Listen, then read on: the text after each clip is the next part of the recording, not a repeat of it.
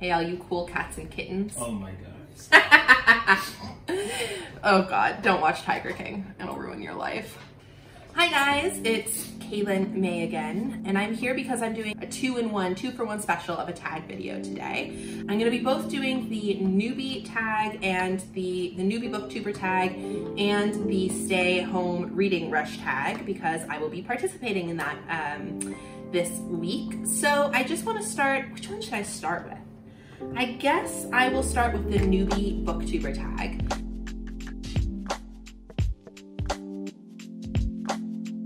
Partially because I am on quarantine or social distancing and there is not much else for me to do. I am worried about my job. I am worried about the state of the world. I am worried about my friends and my family and their health. And reading has always been such a source of solace for me and escape. It's been a place I can turn when I'm stressed or I'm anxious or I'm scared or I'm sad or even just, you know, I want to relax. It's a big source of joy for me. And so I've been reading more, and as I've been reading more, I started sharing on my personal Instagram sort of reviews of the books I was reading, and people were responding to them pretty positively and wanting to hear more or taking me up on some of my recommendations, which was kind of cool. And it just got me thinking, I love watching YouTube. I watch a lot of YouTube, and I just thought, well, you know what? I can do that. I can talk about books. I love talking about books, and I love talking about food, and I love reading and eating. So those were sort of the two big pillars of why I wanted to start this channel. The other reason is because I wanted to get better at things like the Adobe suite, so InDesign, Photoshop, and Premiere Pro. So everything I am doing is based off of that. All of my editing is within those three programs because I'm trying to diversify my skill sets in a new world. So that's the long and the short of it. Partially as a project to throw myself into to get my focus off of stress, partially to diversify my skill sets, partially because it's just a cool way to share what I'm passionate about. So.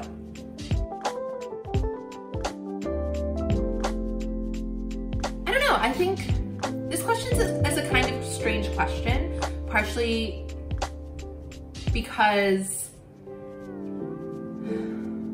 I mean, I think the point is of everyone sharing content that they create is that it's interesting and fun and unique in some way.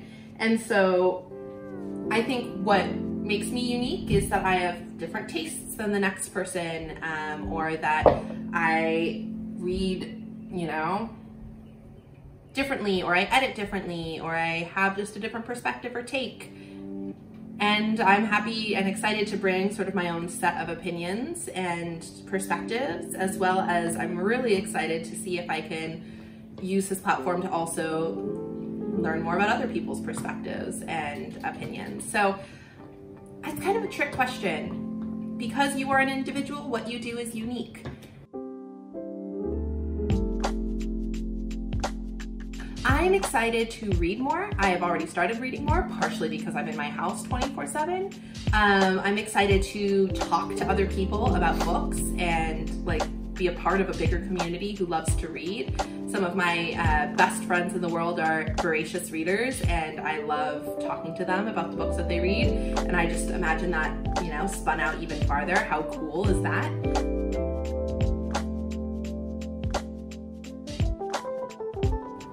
I love reading because I love the new worlds that it gives me access to.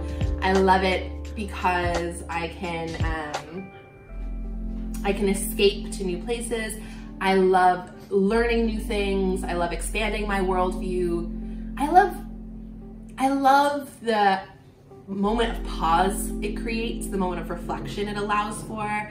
I love the coziness of it, curling up on my couch with my adorable, stinky, smelly dog and a cup of tea and a book, and just, you know, looking up and realizing that hours have gone by and I've just been totally entranced by a story. I love that. I think we we all have stories about why we love reading, about how it got us through difficult times, or how it just entranced us and broadened our imagination as children. And, you know, I think that,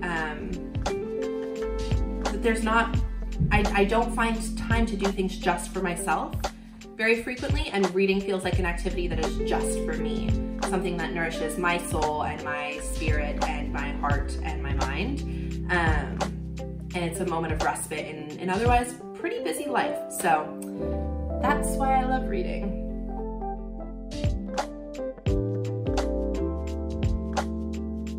This is a little hard to say. I can't remember what the first book or series I got really into reading was. I read so much as a kid. I didn't like watch a lot of television growing up, or movies even that much. My family is a pretty unique bunch, you could say, a non-traditional sort of bunch, and so I read most of my life. I think the Harry Potter series has to be credited. I inhaled those books. I just was obsessed with them. I fell in love with the fantasy of going to Hogwarts and the magicalness of everything, and years of my life were dedicated to that series. But I also loved A Wrinkle in Time. I loved the Chronicles of Narnia. Reading a lot of books. Actually, you know what? I just had a memory. My dad had books that he grew up reading called the Benton books. And when I was growing up, I credit my parents a lot for my love of reading, because every day we would read together, every night. And it would start with picture books, and when I got a little older, we would read children's books from my parents' youth, and we would read them aloud. So we'd sit next to each other, and I'd read a page and he'd read a page, and I'd read a page and he'd read a page. And that's how my parents encouraged me to read. And then it got to a certain point where I just couldn't, that was too slow of a process, and I had to consume them faster, and I'd read them by myself. And the Benton series was books my dad had from his childhood. They were precious books, and I remember reading them with him, and I remember loving them, and I had forgotten about them until actually this very moment. I'm going to go back and I'm going to find them, because I think it's kind of a Sherlock Holmesy thing, boy detective series. But I do think that that's probably the series that got me into reading that, and Harry Potter, and then just Watch Out World. I just I couldn't read enough. I was like a human vacuum cleaner of books.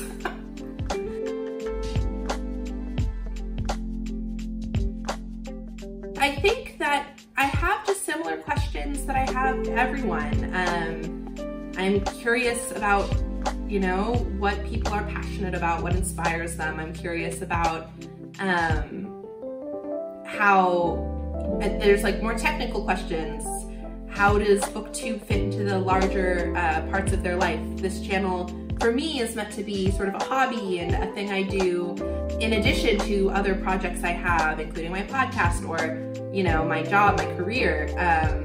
I'm curious to hear more about people who make this their career, and curious to hear about balance for people who don't. So it just, you know, YouTubers are people. So I'm just curious to get to know people and hear more about their life story and where they're headed.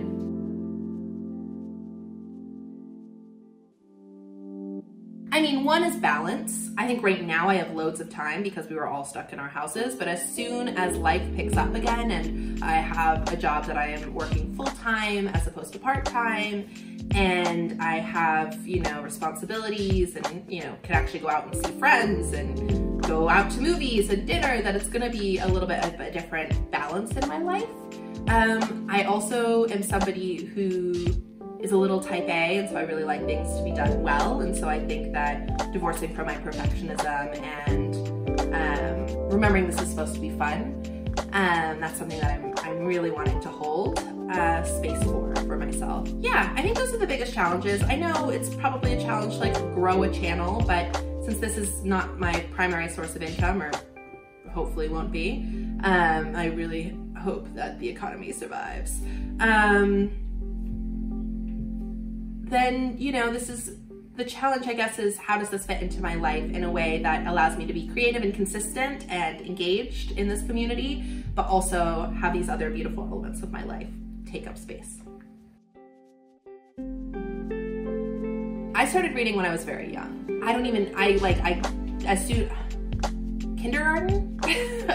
My parents are book people, and so they read to me very, very young, and I learned to read quite young, and I was addicted to reading and felt that it was a core part of my identity for basically as long as I remember. Elementary school at the latest.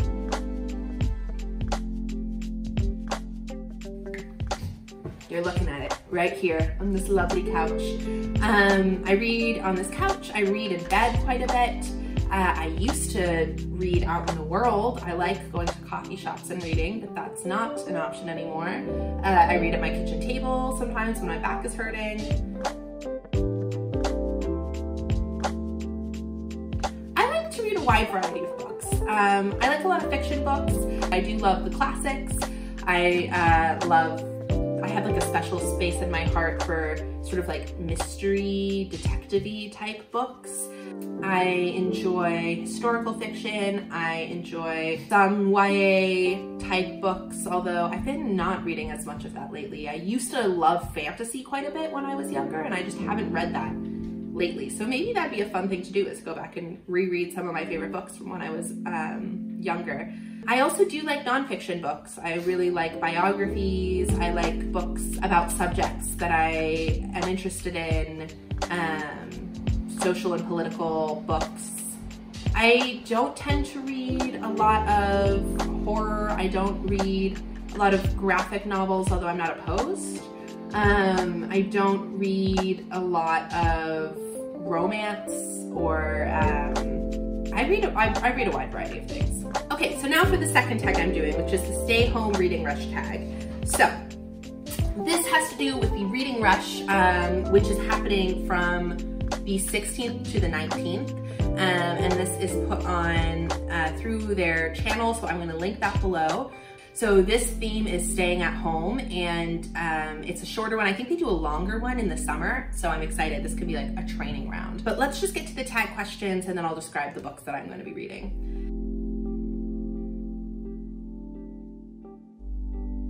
Oh my goodness, guys, my reading has exploded. Since I've stayed home, I have read probably 10 books. I filmed a video last week about my my quarantine reading TBR, to be read, my pile. And I've actually gotten through a significant number since I filmed that video. I finished How to Kill a City. I finished Mr. Pettigrew's Last Stand. Last night I finished Waiting by Ha Jin. And I'm starting the Underground Railroad today. So that's 4 books in the past week. That's actually kind of nuts. It's going really swell. I wake up and I read in the mornings. I get some work done. I read in the afternoons. I watch the movies with my boyfriend, and then I read before I go to bed. I've just had a lot more time, and I've had the need for escape a lot more, so I've been reading a lot. And I set a challenge for myself, which is something that like really gets me going. So I feel like I just answered this question in the last tag, but right here is predominantly where I've been reading. I love the lighting of the window. I can curl up with some cozy blankets and pillows and just make it comfy. But I also read in bed quite a bit. Before I go to bed, I just cozy up with my book and then read till I fall asleep. Which has meant that I've actually been staying up till 2 in the morning because the books I've been reading have been pretty good, and I just can't put them down, and I'm less motivated to wake up at 7 a.m. these days, so it doesn't matter.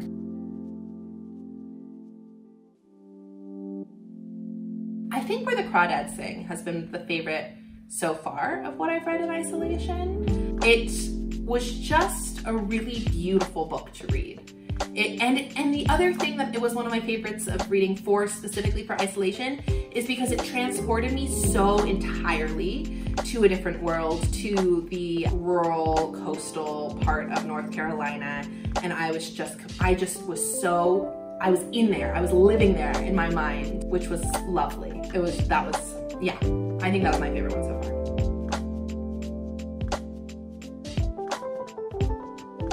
Harry Potter is my first response, just because that's I think the response that I would have given for most of my childhood and young adulthood.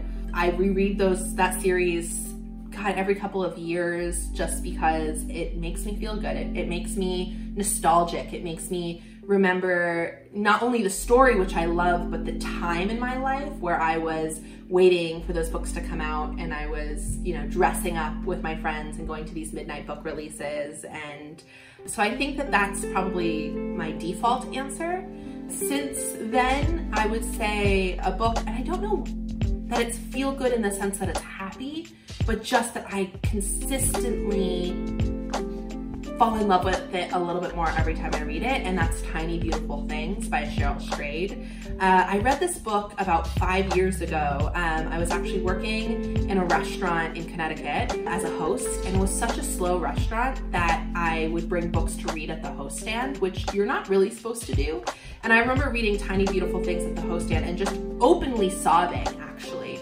And then I would, you know, sniffle and bring customers to their table, and then I'd go back and I'd read it again and continue to read it. But it's just so beautiful, and it just shows the depth of compassion that Cheryl Strayed has as Sugar. She gives advice, basically. It's people writing letters to an advice column, and Cheryl Strayed is the columnist. And she just shows such grace and compassion and depth and shares so much about her own story. It's impossible to read that book and feel alone. I thought of another feel-good series, the Maggie Hope mystery novels. These novels, they're so fast to read. They follow this female spy in the time of World War II, and the first one's, I think, called Mr. Churchill's Secretary, and she's a secretary turned spy. She goes on all these adventures. There's like 10 books out, and while they are not the deepest books I've ever read, I love them. I read them so quickly, and I love them every time. They are such a fun series, and I always, again, the subject matter isn't always happy, but I love reading it. Do you know how long it's been since I've been to the library or a bookstore? I'm dying. The top book right now is The Glass Hotel, which is a novel by Emily St. John Mandel. How do you say her last name? I read another book she wrote called Station 11. I think it's a pretty popular read and very timely, and I loved it. I loved her writing style. I have recommended this book to a couple of people, and so this is her new book, and I'm dying to read it. So actually, if I'm good and I get through all of the books that I own already that I'm trying to read through, that's gonna be one of the books that I purchase from an independent bookseller.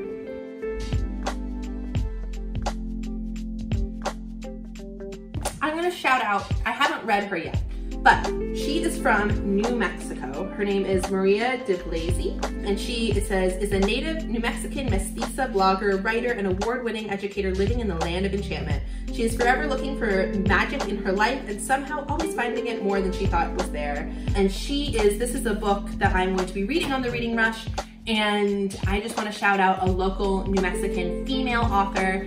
In the world of all these big published authors, it's nice to read books from people that come from your hometowns. The first one is read a book with a house on the cover. So this is Squeezed. I forgot to put this in my quarantine book stack because it was hiding under a stack of bills and my tax paperwork. But this book is Squeezed, Why Our Families Can't Afford America. It's by Alissa Quart. This is a journalistic nonfiction book, and it's about basically how the middle class is dying. It's not going to be a happy read, but I have been wanting to finish it. I had started it already, but this is the push I need, and as you can see, it has houses on the cover.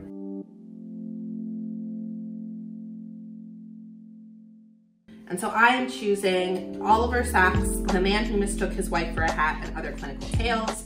I'm gonna read it in my living room, right here where you see me right now.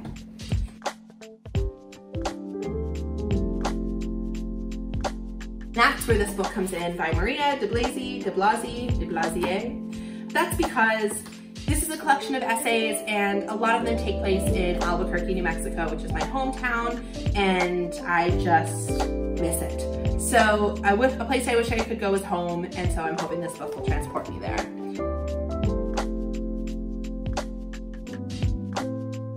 I'm gonna read The Gifts of Imperfection by Brene Brown. Been meaning to read this for a while, and it's sort of it's like a self-help book, I guess I would say. It's this idea of your guide to a wholehearted life, and I figured that a little bit of wholeheartedness is smiling and joy, and I'm hoping that this can maybe bring me a little bit, this can bring me a little more joy. So those are my 4 books I will be attempting to read during the reading rush, and I'll take y'all along for the ride. I'm excited. If this is the first time you have watched any of my videos, please subscribe, please like them, please comment. I really want to have conversations with people, so please leave, something in the comments. I'm gonna be posting videos every Wednesday and Sunday. I'm excited to learn more about y'all and become a part of this community. So thanks for watching, and I will talk to you all on Sunday. All right, cheers, be well. If you're doing the reading rush, I hope you enjoy it.